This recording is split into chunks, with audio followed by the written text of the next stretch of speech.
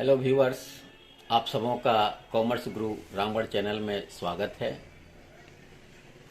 पिछले वीडियोज में हमने गुडविल का चर्चा किया है और अब वो गुडविल समाप्त हो चुका है। आज हम नया चैप्टर के साथ आपके बीच रहेंगे जो है retirement of partner.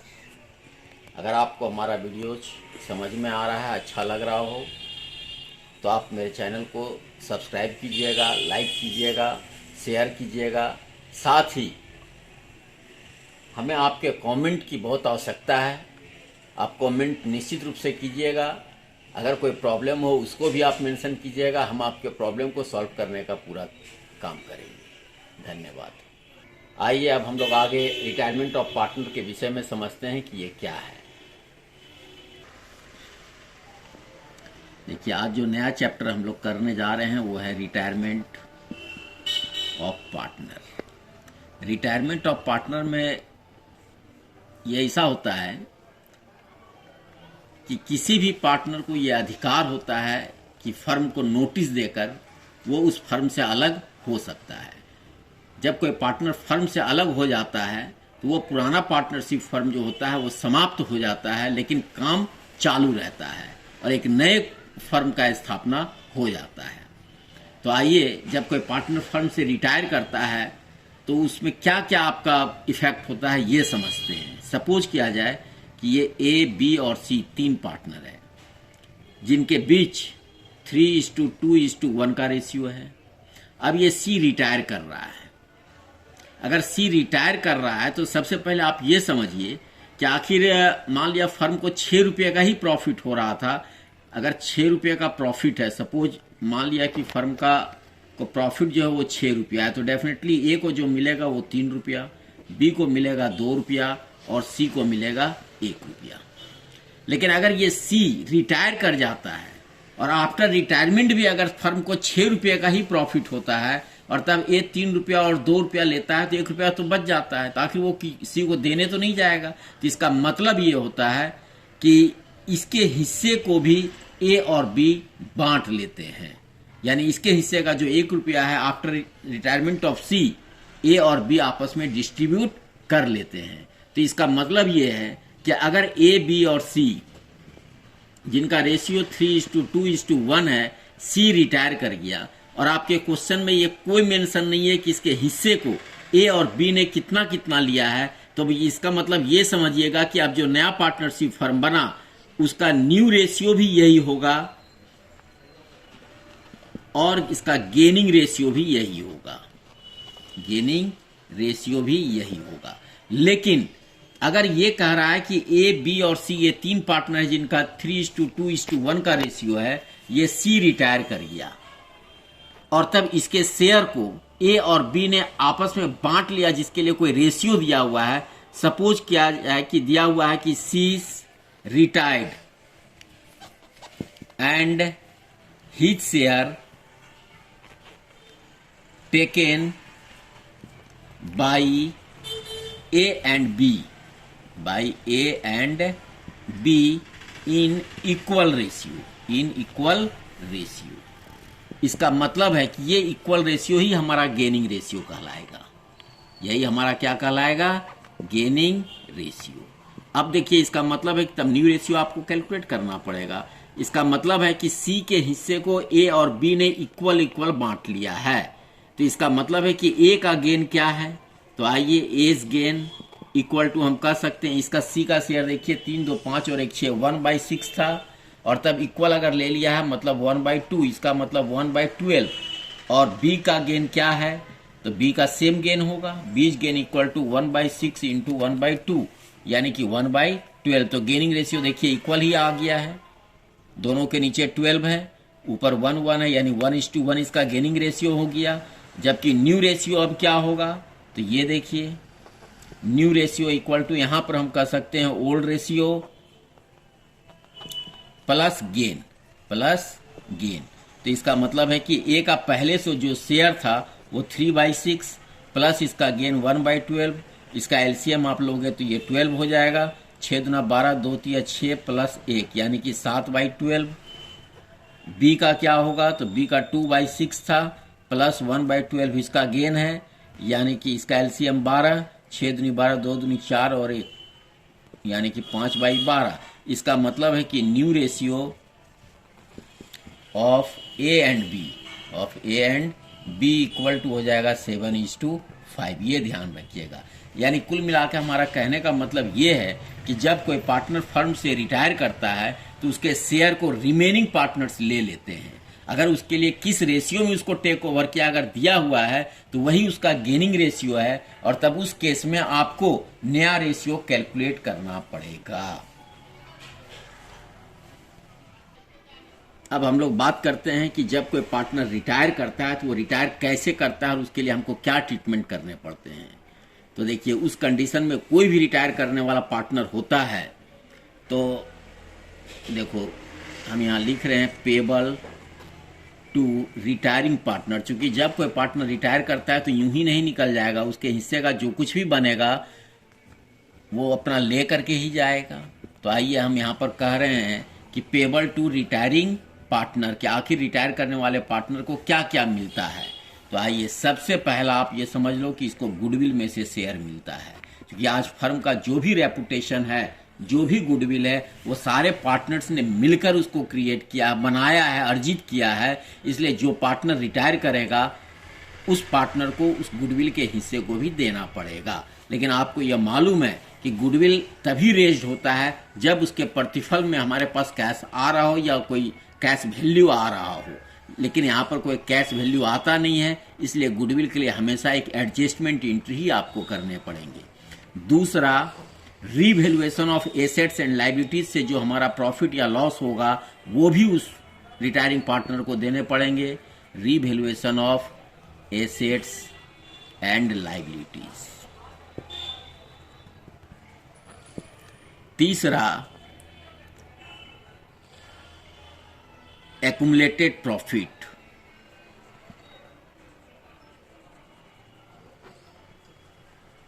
Accumulated profit और लॉस, जो कुछ भी हो, अगर प्रॉफिट होगा तो प्रॉफिट मिलेगा, अगर लॉस है तो वो लॉस मिलेगा। हम एक्युमुलेटेड प्रॉफिट या लॉस के विषय में बात कर चुके हैं कि इसके अंदर क्या क्या आता है। Reserve, general reserve, reserve fund, profit and loss, इस तरह का आता है। जो प्रॉफिट में अगर लॉस है तो इसका डेबिट बैलेंस होगा। जैसे प्रॉफिट एंड लॉस का अगर डेबिट बैलेंस है तो वो लॉस है।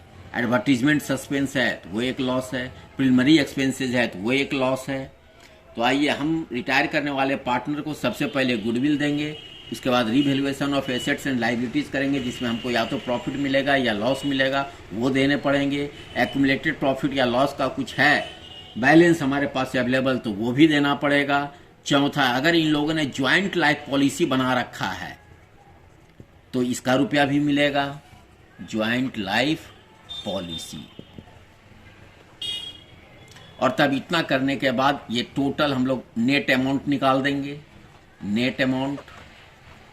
और जो नेट अमाउंट आएगा यही नेट अमाउंट या तो रिटायरिंग करने वाले पार्टनर को पे कर दिया जाएगा या फिर उसको उसके लोन अकाउंट में ट्रांसफर कर दिया जाएगा। तो देखिए, जो यहाँ नेट अमाउंट निकलेगा इसके लिए हम लोग कह सकते हैं paid to retiring partner,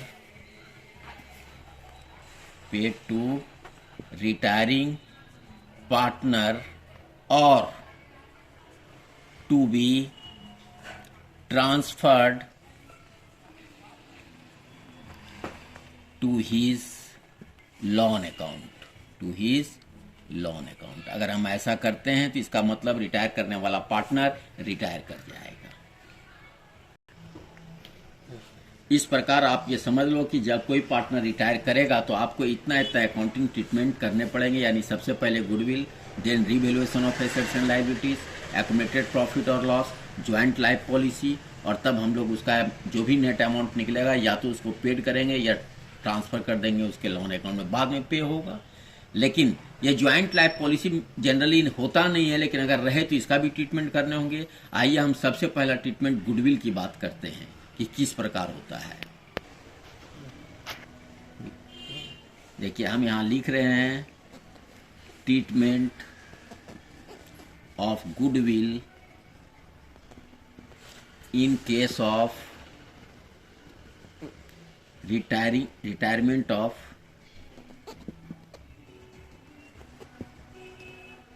A partner, यानी जब कोई पार्टनर रिटायर करता है तो हम गुडविल का ट्रीटमेंट किस प्रकार करते हैं। तो आप ये समझ लीजिए, यदि गुडविल अकाउंट पहले से अपीयर है फर्म के बुक में तो हर हाल में उसको पहले तो राइट ऑफ करना होगा। इसलिए हम पहला देखिए ट्रीटमेंट हम बता रहे हैं जिसको जर्नल एंट्रीज के रूप में हम समझ सकते हैं। पहला, इफ या when, if goodwill account already appeared in firm's book, then it will be written off. It will be written off. ये कंपलसरी है। and for that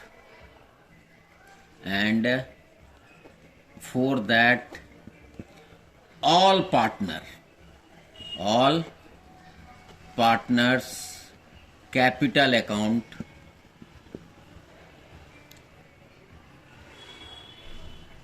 be debited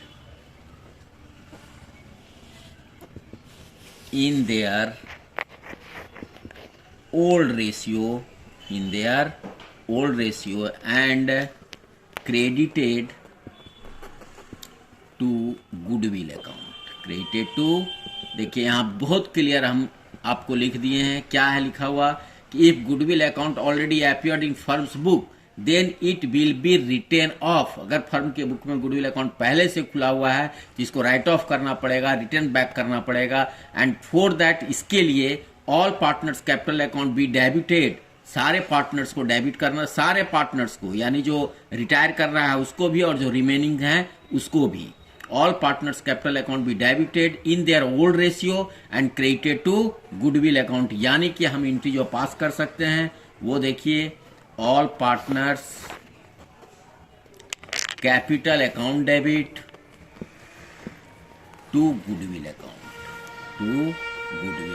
ये हुआ कि अगर गुडविल अकाउंट पहले से अपीयर है तो हम इसको राइट ऑफ करने का एंट्री करेंगे। लेकिन अगर अपीयर हो या ना हो, अगर है तो राइट ऑफ करेंगे, नहीं है तो कुछ नहीं करेंगे। लेकिन जो आज पार्टनर रिटायर कर रहा है उसको तो गुडविल देना पड़ेगा, और चूंकि उसके बदले में हमारे पास कोई कैश नहीं आ रहा है या कैश वैल्यू का कोई आइटम नहीं आ रहा है, इसलिए हम डायरेक्ट गुडविल अकाउंट को रेज नहीं कर सकते हैं, बल्कि उसके लिए हर हाल में एक एडजस्टमेंट एंट्री ही करना होगा। और तब इसके लिए हम क्या एंट्री पास करेंगे इसको समझते हैं। देखिए, फॉर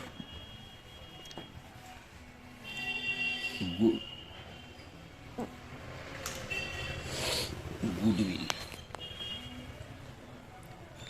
इसके लिए हम एंट्री पास कर सकते हैं remaining partners capital account debit. Remaining मतलब जो अभी बच रहा है, remaining partners capital account debit to retiring partners capital account, retiring partners capital account. अब देखिए इसको आप समझिएगा नरेशन में कि हम क्या लिख रहे हैं। Being retiring partners capital account credited, देखिए इसको क्रेडिट किया गया है, credited with his share of goodwill, and debited to remaining partners capital account, remaining partners capital account in their gaining ratio, ध्यान रखिएगा, in their, यानी कि जो पार्टनर रिटायर कर रहा है आज प्रेजेंट वैल्यू ऑफ गुडविल जो भी होगा उसको देना पड़ता है, इसलिए हम उस रिटायरिंग पार्टनर्स कैपिटल अकाउंट को क्रेडिट करेंगे। और चूंकि एडजस्टमेंट इसका करना होता है इसलिए हम रिमेनिंग पार्टनर्स कैपिटल अकाउंट को डेबिट करेंगे, लेकिन किस रेशियो में करेंगे? गेनिंग रेशियो में करेंगे। तो मैक्सिमम रिटायरमेंट के केस में यही दो एंट्रीज हो सकते हैं। अगर गुडविल अकाउंट पहले से एपियर है तो हम इसको राइट ऑफ करेंगे, और जो प्रेजेंट वैल्यू ऑफ गुडविल है उसका डिस्ट्रीब्यूशन करने के लिए एक एडजस्टमेंट एंट्री करते हैं, जो कि ये है। इसलिए ये ध्यान रखिएगा कि अगर एपियर हो पहले से तो ये एंट्री कीजिएगा, नहीं है तो नहीं करेंगे, लेकिन ये एंट्री तो होगा ही होगा।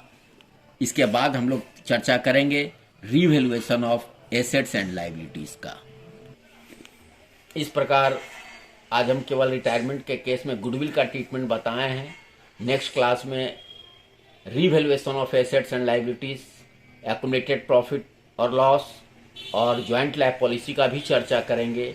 लेकिन ध्यान रहे कि यदि आप हमारा वीडियो एडमिशन ऑफ पार्टनरशिप का देखे होंगे तो उसमें जो रीवैल्यूएशन था सेम उसी पैटर्न पे इसका भी रीवैल्यूएशन है, एक्युमुलेटेड प्रॉफिट लॉस का भी डिस्ट्रीब्यूशन उसी टाइप में है, लेकिन समझने में बहुत इजी होगा। और अगर आप हमारा वीडियोस नहीं देखे हैं एडमिशन का तो उसको देखने का काम करेंगे, ताकि आपको इस रिटायरमेंट का जो भी आपका क्राइटेरिया आ रहा है इसको आप अच्छे प्रकार से समझ सकें। व्यूअर्स, अगर आपको हमारा ये वीडियो पसंद आ रहा हो तो आपको फिर से हम कह रहे हैं कि आप मेरे चैनल को सब्सक्राइब कीजिए, लाइक कीजिए, और जिनको ज़रूरत हो उनके साथ शेयर कीजिएगा, और कमेंट देना ना भूलिएगा। धन्यवाद।